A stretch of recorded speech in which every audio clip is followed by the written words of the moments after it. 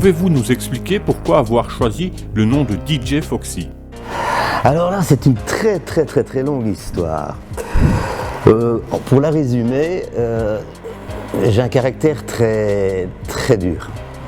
Quand j'ai décidé quelque chose, voilà, hein, comme on dit, hein, quand j'ai une idée dans la tête, je ne l'ai pas ailleurs.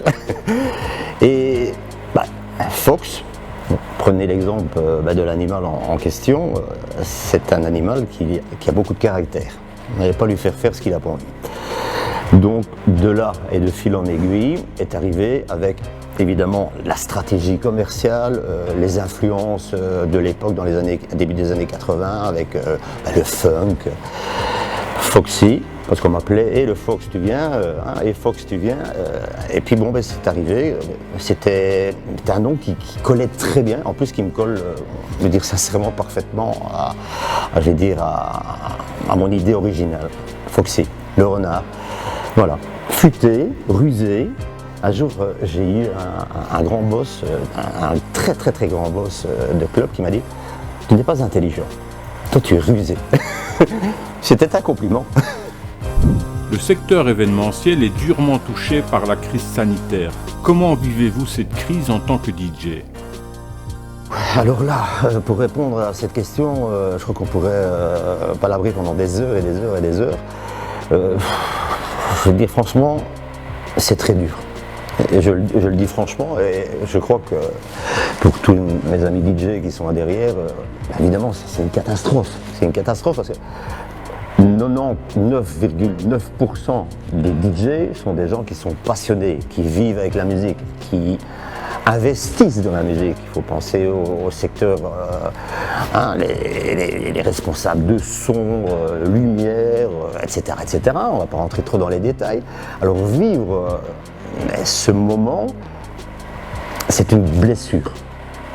Et c'est une blessure ouverte. C'est pire qu'un coup de poignard. Plus loin, j'espère que ça va s'arrêter. Pensez-vous que le secteur événementiel soit oublié ou mis de côté ?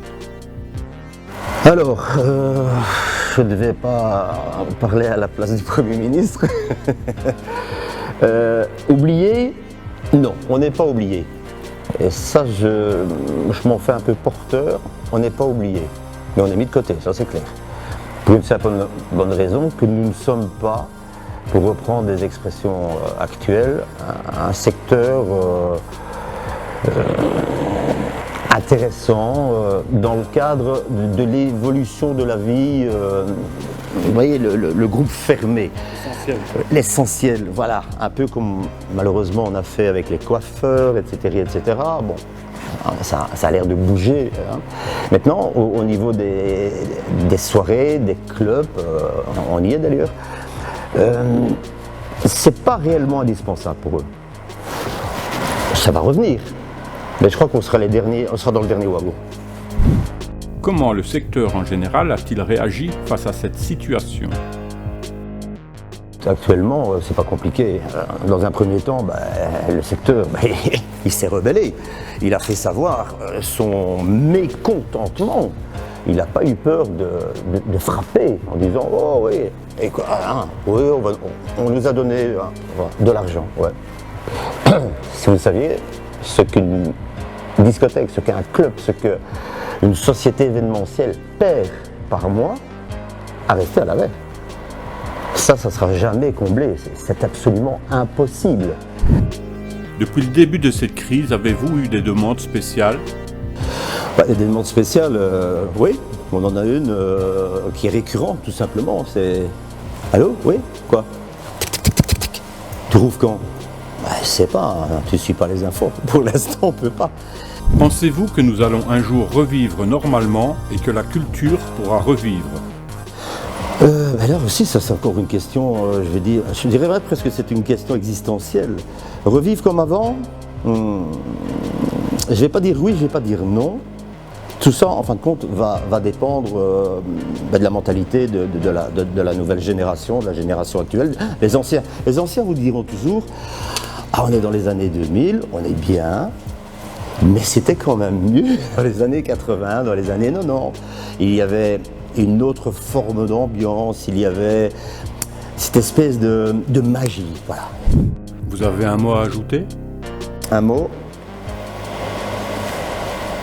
positif. Soyez, pensez positif. Ne baissez pas les bras, ça ne sert à rien d'aller ruer dans les brancards, parce que de toute façon, ça ne changera pas grand-chose. Se rebeller, je suis un rebelle d'origine, mais c'est pas que je prends mon mal en patience, loin de là. Parce que quand on a une infrastructure, quand on a une discothèque, quand on a des bâtiments, ben, c'est lourd, c'est très très très très lourd. Pour rester debout, il faut rester debout. Donc ben, restons debout, parce qu'à un moment ou à un autre, vous serez là.